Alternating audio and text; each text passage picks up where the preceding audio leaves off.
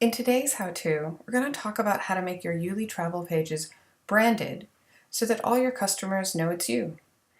So you can see in our demo account we have our logo already set up and we have our own branded color established on the page. And you can see where that appears in the various places. Under the Get in Touch or Contact section, the planners that are listed as contacts also show, and this is where your business name will also appear, as well as the avatar or image that you associate with your account.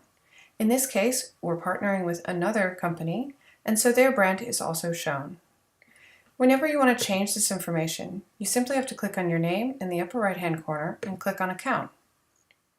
From here, you can change your avatar by uploading your own or searching for a different photo.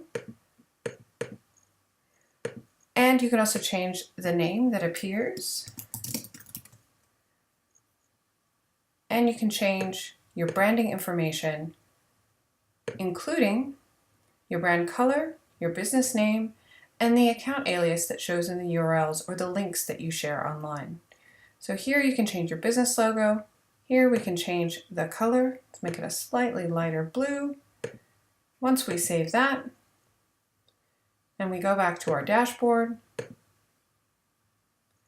we can preview our travel page. And here you can see that my name has changed, and so has my avatar.